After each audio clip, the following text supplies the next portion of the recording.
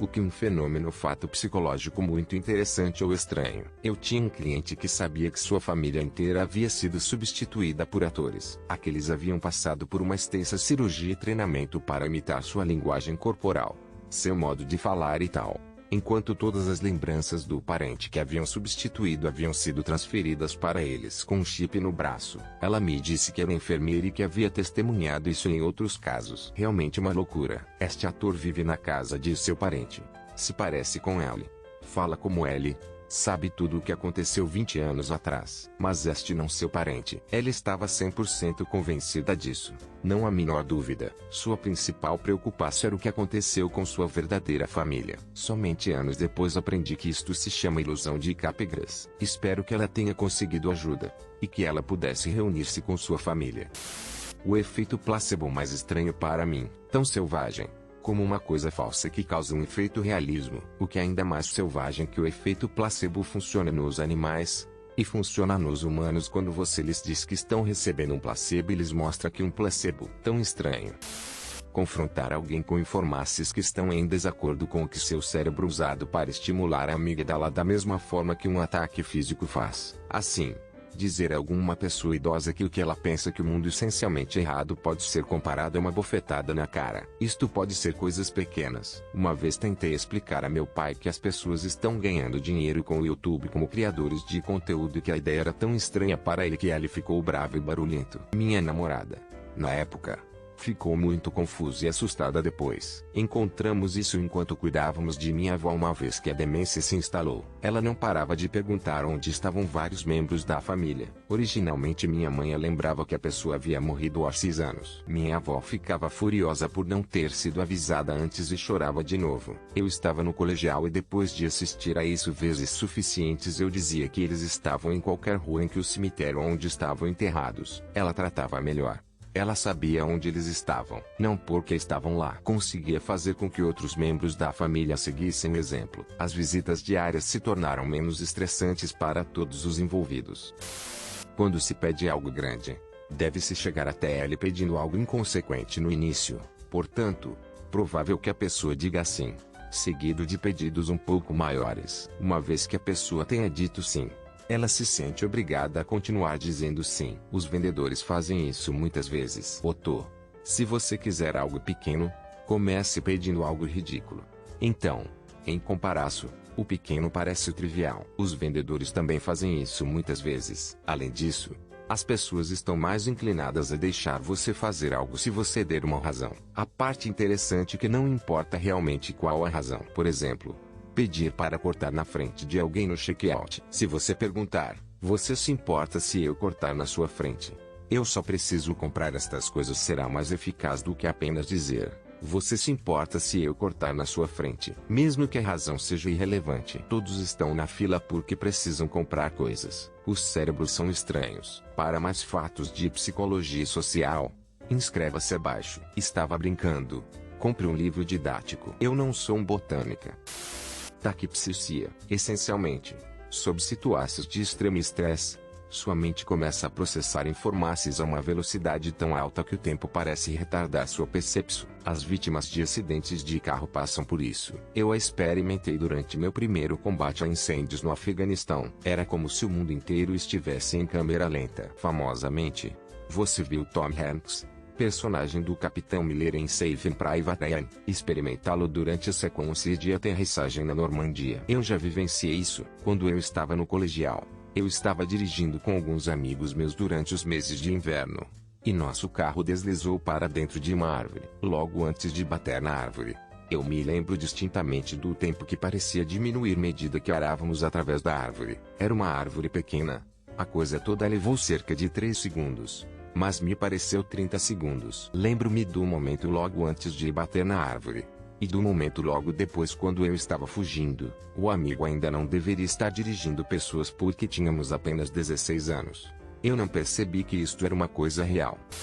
Eu tenho SDAM. Significa memória autobiográfica gravemente deficiente. Não conheço mais ninguém que tenha esta condição. E há apenas cerca de 2 artigos que pude encontrar sobre isso no Google. Não sério e não foi causado por traumas de infância que eu conheço. Eu tive uma educação segura e bastante amorosa.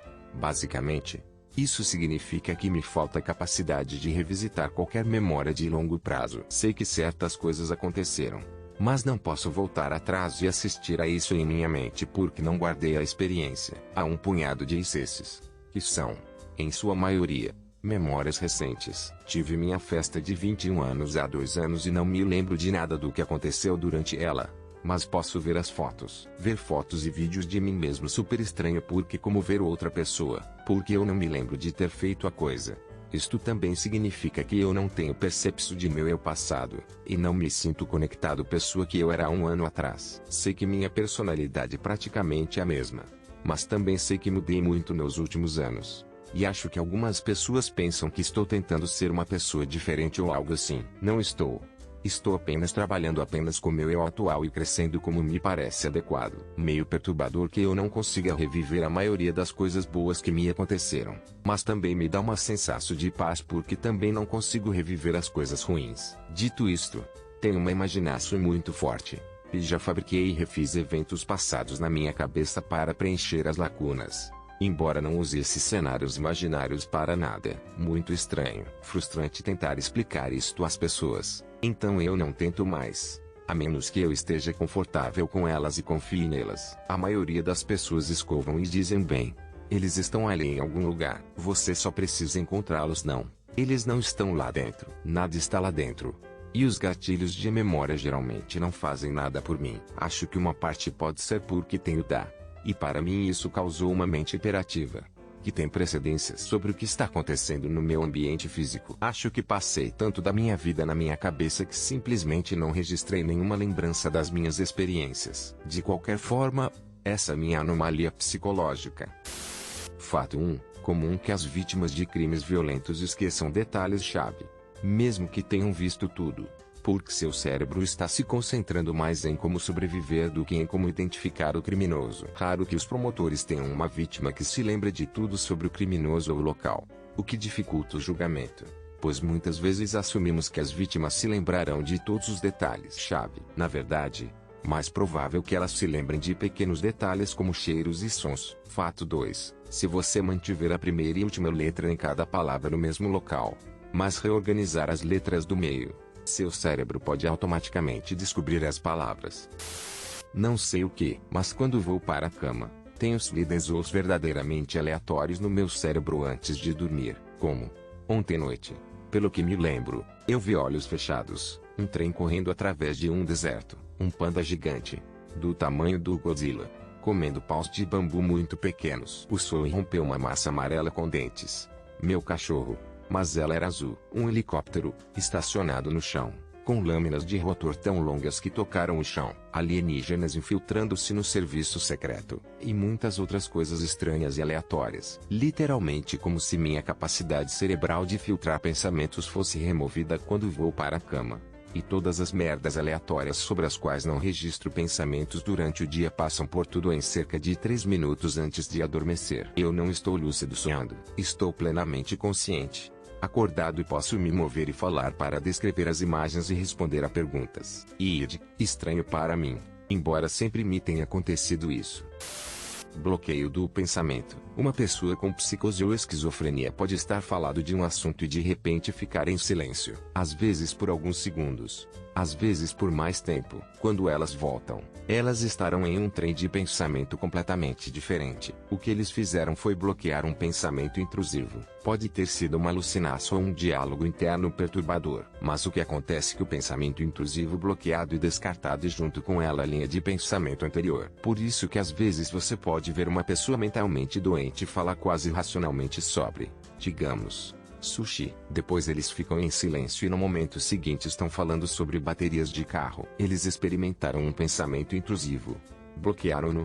Depois jogaram fora o pensamento normal anterior com ele. Provável que o bloqueio do pensamento seja na verdade uma resposta normal a um pensamento ou diálogo externo intrusivo que entra em sua mente. O que torna improvável que os seres humanos alguma vez se comuniquem bem telepaticamente. Teríamos a tendência de bloquear a comunicação implantada e depois ficar em branco em nossa linha de pensamento anterior e ter que passar para uma nova. Eu não sou psicólogo, isto é algo que li sobre a pesquisa de um livro em que estou trabalhando.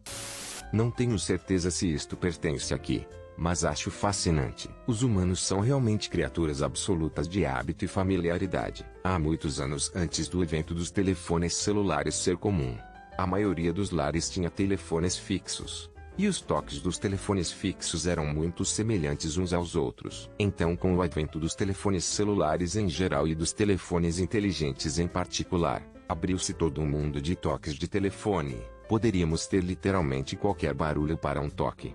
Desde um sapo louco, lembra-se dele, até músicas e barulhos de peidos para nosso próprio filho, nós dizendo mamãe atenda o telefone. Eu tinha meu filho repetindo isso repetidamente com um senso de urgência cada vez maior. No entanto, nos últimos anos, parece que a maioria de nós tem um som particular. E que som esse? Telefone moda antiga, porque em nossos cérebros, assim que um telefone deve soar. Isto pode muito bem ser uma coisa regional. Eu moro na Austrália, mas sempre que estou fora, o tom de toque que eu ouço com mais frequência e que manda quase todo mundo na vizinhança pegar seus telefones. Esse tom exato, inclusive eu